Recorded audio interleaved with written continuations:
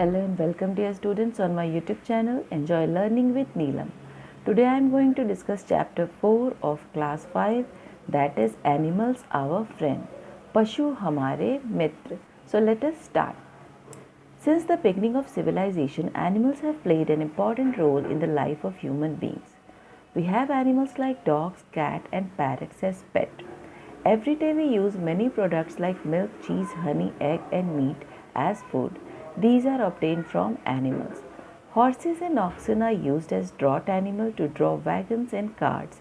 They are also used to assist the farmers in their fields. सभ्यता की शुरुआत से ही पशु हमारे लिए बहुत ही लाभप्रद रहे हैं।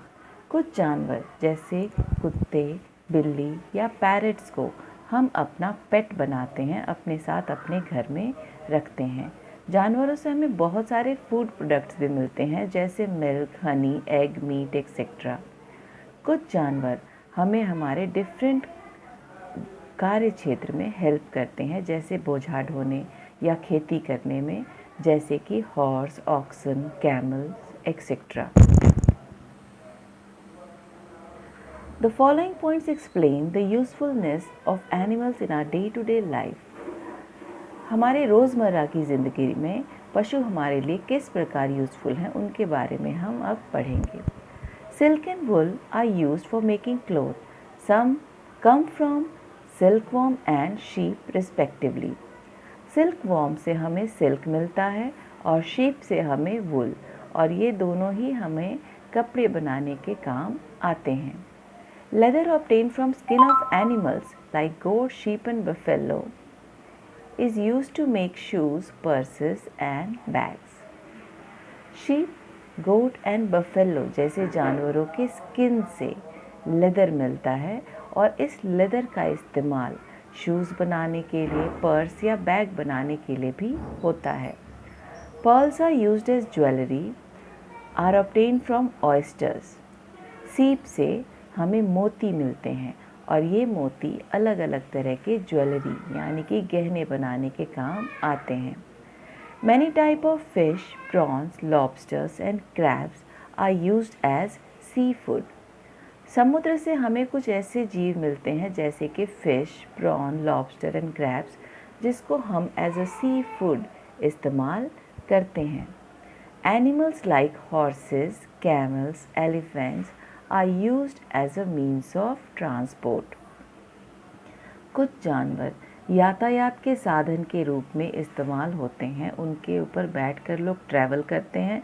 कई बार उनके साथ किसी कार्ट को भी लगा दिया जाता है और उससे वे सामान या लोगों को ट्रैवलिंग करने में हेल्प करते हैं। ऐसे जानवरों के एग्जाम्पल्स हैं horses, camels, elephants etcetera. In the ancient times kings had dogs that used to assist them in hunting in the forest. At present, dogs assist police in various search operations. पहले ज़माने में राजाओं के पास कुत्ते होते थे और ये कुत्ते उन्हें हंटिंग करने में, शिकार करने में मदद करते थे। आजकल ये डॉग्स पुलिस को उनके सर्च ऑपरेशंस में हेल्प करते हैं क्योंकि इनकी स्मेलिंग पावर बहुत अच्छी होती है, ये आप पहले भी पढ़ चुके हैं। Animal waste like cow dung is converted to compost. Compost make soil fertile for growth of plants. Animal waste, cow dung जैसे कि गोबर, ये सब होते हैं, ये सारी चीज़ें कंपोस्ट बनाने के काम आती हैं और ये कंपोस्ट बहुत ही उपजाऊ बना देते हैं मिट्टी को। Wildlife. Wildlife include all those animals and plants that live and grow in their natural surrounding. Wildlife के अंतर्गत वे सारे plants and animals आते हैं जो जंगलों में अपने natural surrounding में रहते हैं। Wildlife is found everywhere in plains, rivers, mountains, seas, rainforests and deserts. Today there are very few places left on the earth where wildlife is totally untouched by human beings. Human being अपनी activities के द्वारा wild life के बीच life में interfere करते रहते हैं और आजकल पृथ्वी पर ऐसे बहुत कम स्थान बच गए हैं जहां इंसानों का कोई हस्तक्षेप नहीं है।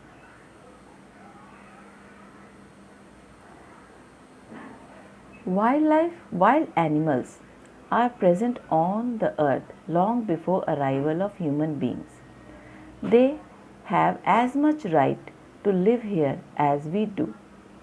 पृथ्वी पर मनुष्य के आने के बहुत समय पहले से ही जंगली जानवर रहते हैं। उनका पृथ्वी पर रहने का उतना ही हक है जितना कि हमारा है।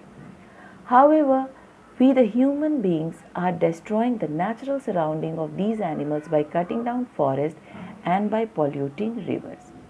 लेकिन हम इंसान ह्यूमन बीइंग उनके नेचुरल सराउंडिंग को डिस्ट्रॉय कर रहे हैं। कैसे डिस्ट्रॉय कर रहे हैं? डिस्ट्रॉय कर रहे हैं पेड़ों की कटाई करके और नदियों को पोल्यूट करके। नदियों में बड़े गंदे नाले का पानी डालकर उसे पोल्यूट करके हम उनके नेचुरल सराउंडिंग को डिस्ट्रॉय कर रहे हैं। Due to this many wild animals are not able to live in their change surrounding and are increasingly becoming extinct. जिसके कारण बहुत सारे वाइल्ड एनिमल्स अपने बदले हुए सराउंडिंग में नहीं सर्वाइव कर पाते हैं और वे एक्सटिंक्ट होते जा रहे हैं। अब ये एक्सटिंक्ट एनिमल्स क्या हैं? Let us study about extinct animals. Extinct animals are those animal species which are no longer living. Extinct animal ऐसे जानवरों की प्रजातियों को कहते हैं जो अब पृथ्वी पर समाप्त हो चुके हैं। अब वे कहीं भी लिविंग नहीं हैं। Animals like Tasmanian tiger, quagga, passenger pigeon, golden toad and Caribbean monk seal have already become extinct. ये पशु already extinct हो चुके हैं। Endangered animals. Endangered animals क्या हैं? Endangered animals are those animal species that are in danger of becoming extinct. Endangered animal ऐसे animals की species या प्रजाति को कहते हैं जिनके extinct होने का खतरा बना हुआ है। उनकी संख्या कम होती जा रही है और ऐसा लगता है जैसे कि अब वे धरती से समाप्त हो जाएंगे। ऐसे जानवर हैं African elephant, Bactrian camel, bald eagle, golden lion, tamarin and panda are some of the animals that face danger of becoming extinct. Do you know Kenya's Masai Mara, one of the world's most famous wildlife sanctuary, was recently voted one of the 7 wonders of natural world. Natural world के 7 अजूबों में से एक बहुत ही famous wild life sanctuary Kenya का Maasai Mara, जो दुनिया का बहुत ही फेमस वाइल्ड लाइफ सेंचुरी है, उसे 7 वंडर्स के लिए वोट किया गया है। However, it is getting seriously threatened by human activities. मनुष्य के हस्तक्षेप के द्वारा उसमें भी खतरा बना हुआ है। Dangers of wildlife trade. In many parts of the world, wildlife is in danger because of many illegal hunting and poaching activities. Wildlife, जंगल जीवन अब खतरे में बना हुआ है क्योंकि दुनिया के अनेक भागों में इल्लीगल हंटिंग होती है। जानवरों को गैर कानूनी तरीके से मारा जाता है और उनके बॉडी पार्ट्स को बेचकर उससे पैसा कमाया जाता है, व्यापार किया जाता है। There are animals which are being killed because their body parts are used by humans. This is known as wildlife trade. Let us find out which part of various animals are being used for trading. आइए देखते हैं कि कौन कौन से पशु के शरीर का कौन कौन सा भाग व्यापार के लिए या बेचने खरीदने के लिए इस्तेमाल किया जाता है। First point, elephants are hunted for their tusk. Elephants यानी कि हाथी अपने हाथी दांत, उनके जो बड़े बड़े सफ़ेद दांत होते हैं, उसके लिए उन्हें हंट किया जाता है। उस आइवरी से बहुत तरह के ज्वेलरी या डेकोरेशन के पीसेस बनते हैं। North and south American bears are being killed for their gall bladders. North south America के बियर्स की हत्या उनके गल ब्लैडर्स के लिए की जाती है, जिसको स्मगल कर दिया जाता है दूसरे कंट्रीज़ में। गल ब्लैडर का इस्तेमाल मेडिसिन्स बनाने के लिए होता है। Rhinoceros are being slaughtered for their horns. Rhinoceros को उनके हॉर्न्स के लिए मार दिया जाता है। आपने देखा होगा उनके नाक के ऊपर एक सींग होती है, उसके लिए उन्हें मारा जाता है और इस सींग का इस्तेमाल मेडिसिन्स बनाने के लिए होता है, उसको पाउडर फॉर्म में पीसने के बाद। Musk deer is becoming extinct because it is being hunted to obtain kasturi, an ingredient of many perfumes. कस्तूरी मृग एक्सटिंक्ट होते जा रहे हैं क्योंकि उनकी हत्या कस्तूरी के लिए की जाती है। कस्तूरी बहुत सारे परफ्यूम्स बनाने के काम आता है। A variety of mountain goat is hunted because their hair yield a very expensive variety of wool, pashmina. कुछ पहाड़ी बकरियों को इसलिए मार दिया जाता है क्योंकि उनके हेयर का इस्तेमाल पश्मीना वुल के लिए बनाने के लिए होता है, जो कि एक बहुत ही महंगा ऊन है। Tigers endangered throughout their range are killed for making use of their bones. Tigers को उनके बोन्स के लिए मारा जाता है। टाइगर का स्किन डेकोरेशन के लिए इस्तेमाल होता है। हंटर्स के द्वारा वो उसे अपने दीवारों पर सजाते हैं और टाइगर के क्लॉज एंड टीथ को एज अ ज्वेलरी पहनते हैं बहुत सारे ऐसे लोग जिन्हें ऐसा लगता है कि इसको पहनने से वह उनके लिए गुड लक लाएगा। Legs of frogs are eaten as they are considered to be delicacy. बहुत सारे मेंढक को इसलिए मार दिया जाता है क्योंकि उनके लेग्स का इस्तेमाल स्वादिष्ट व्यंजन बनाने के लिए होता है। About 200 million to 1 billion frog legs are consumed each year. ये संख्या बहुत बड़ी है। बहुत सारे मेंढकों के पैरों का इस्तेमाल कंज्यूम कर लिया जाता है, उसे एज अ फूड खा लिया जाता है। This might lead to extinction of many species of forest frog. इस तरह से बहुत सारे फ्रॉग के स्पीसीज एक्सटिंक्ट होते जा रहे हैं, उनकी कई प्रजातियां समाप्त होती जा रही हैं। Such a decrease in the population of frog will affect many organisms and also increase insect population. Food chain में फ्रॉग्स के न होने से ये बहुत सारे एनिमल्स को अफेक्ट करेगा और इंसेक्ट जिसको कि फ्रॉग खाते हैं उन इंसेक्ट्स की संख्या बहुत ज़्यादा बढ़ जाएगी। Caviar, another very costly delicacy, is made from unfertilized eggs of a variety of fish. Caviar एक बहुत ही स्वादिष्ट और महंगा व्यंजन है जो कि फिशेस के अनफर्टिलाइज्ड एग्स से बनाया जाता है। However, this has led to steady decline in the number of variety of fish. इसके कारण बहुत सारे फिशेस की वैरायटी की संख्या में कमी आती जा रही है। If this illegal trade continues, many species may disappear from the earth.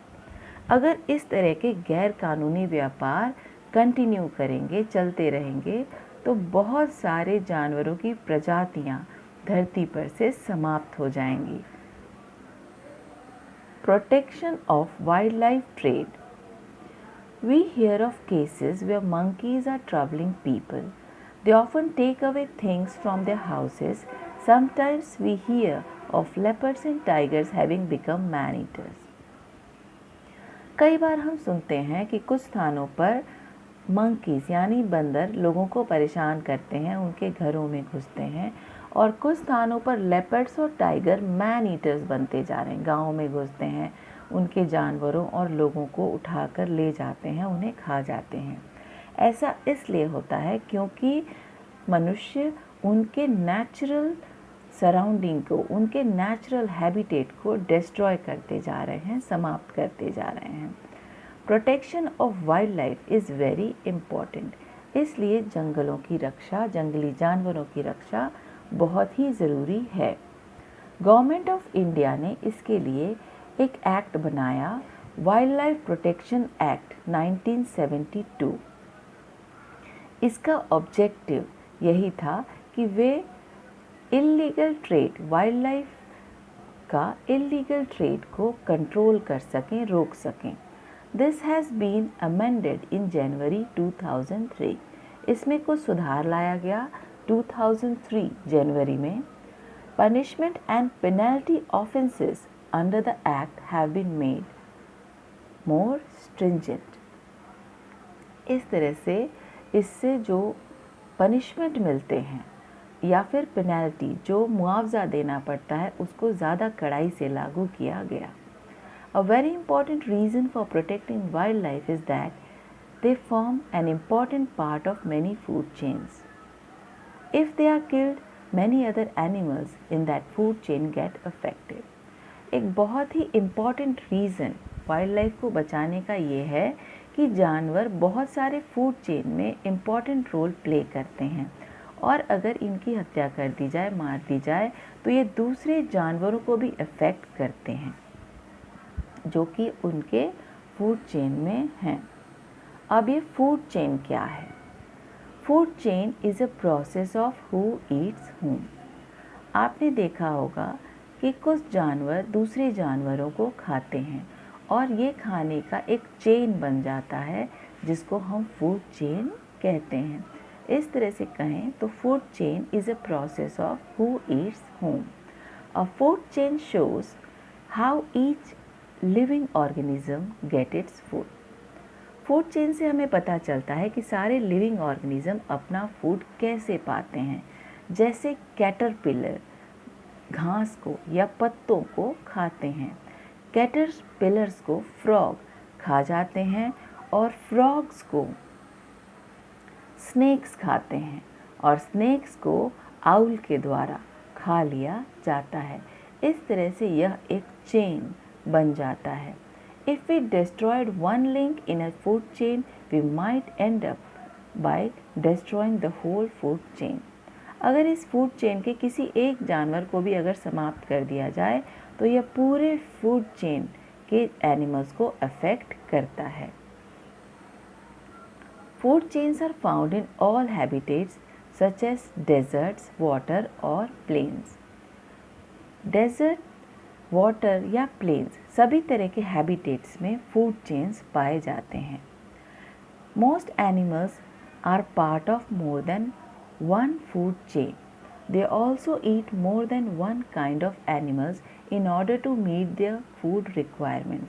Such interconnected food chains form a food web. Food chains interconnected होकर एक खाद्य जाल बना लेते हैं, क्योंकि बहुत सारे जानवर कई तरह के जानवरों को खाते हैं और इस तरह से वह एक जाल की तरह बना देते हैं जिसको इंटरकनेक्टेड फूड चेन्स कहते हैं या फूड वेब कहते हैं। आप इस फिगर में फूड वेब को आसानी से देख सकते हैं।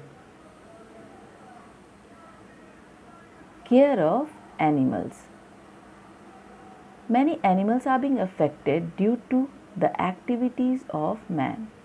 बहुत सारे जानवर ह्यूमन एक्टिविटीज से अफेक्टेड होते हैं, उससे उन्हें तरह तरह की परेशानी होती है। Man is destroying a number of food chains and is thereby disturbing food webs. Man उनके फूड चेन्स को भी डिस्ट्रॉय करते हैं क्योंकि वो किसी एक जानवर को हंट करके उसको समाप्त कर देते हैं। इससे पूरा फूड चेन या कहें कि पूरा फूड वेब डिस्टर्ब हो जाता है। All such activities would in turn affect man also.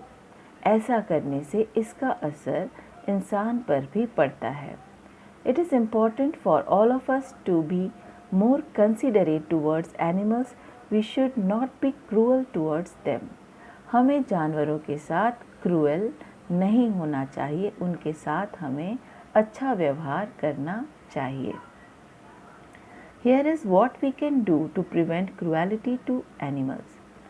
Animals के प्रति हम अपनी क्रुएलिटी को रोकने के लिए या अपनी दयालुता को शो करने के लिए हम क्या कर सकते हैं, आइए देखते हैं। Do not throw polythene bags in the garbage. Stray cattle can swallow them and they may die. हमें पॉलीथीन बैग्स में फूड को रखकर या किसी खाने की चीज़ को रखकर गार्बेज में नहीं फेंकना चाहिए। कुछ आवारा पशु जो घूमते रहते हैं वे ऐसे कचरे को खाकर पॉलीथीन बैग्स को खा सकते हैं जो उनके गले में फंस जाता है और इससे वे मर सकते हैं। इसलिए हमें पॉलीथीन बैग्स में फूड को रखकर कचरे में नहीं फेंकना चाहिए। Do not put birds in cages and fish in aquariums. हमें पक्षियों को पिंजरे में या फिश को एक्वेरियम्स में नहीं रखना चाहिए। ऐसे में वे छोटी सी जगह में ट्रैप्ड बंद सा फील करते हैं और उनकी ज़िंदगी की जो आयु है उनकी आयु घट जाती है। When visiting a forest, park or garden, one should not remove eggs of birds from their nest. कभी भी हम किसी जंगल, पार्क या गार्डन में जाते हैं, किसी घोंसले को देखते हैं तो हमें उसमें से बर्ड्स के एग्स को रिमूव नहीं करना चाहिए। गर्मी के दिनों में हमें किसी मिट्टी के बर्तन में पानी रखकर उसे अपने घर के बाहर रख देना चाहिए या लटका देना चाहिए, खासकर गर्मी के दिनों में।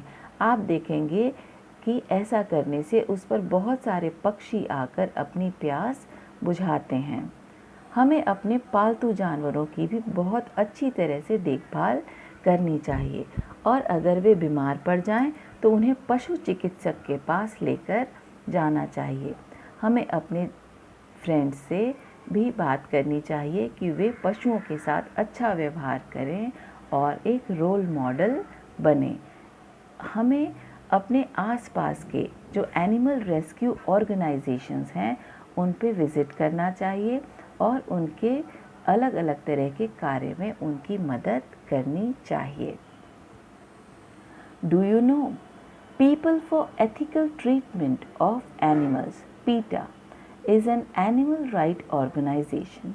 It is the largest animal rights group in the world.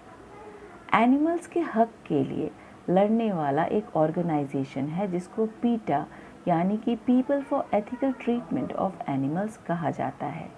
PETA slogan is animals are not for us to eat wear experiment on or use for experiment. उनका कहना है कि जानवरों का इस्तेमाल खाने, पहनने या एक्सपेरिमेंट करने के लिए नहीं होता है और ना ही उनका इस्तेमाल हम अपने एंटरटेनमेंट के लिए कर सकते हैं।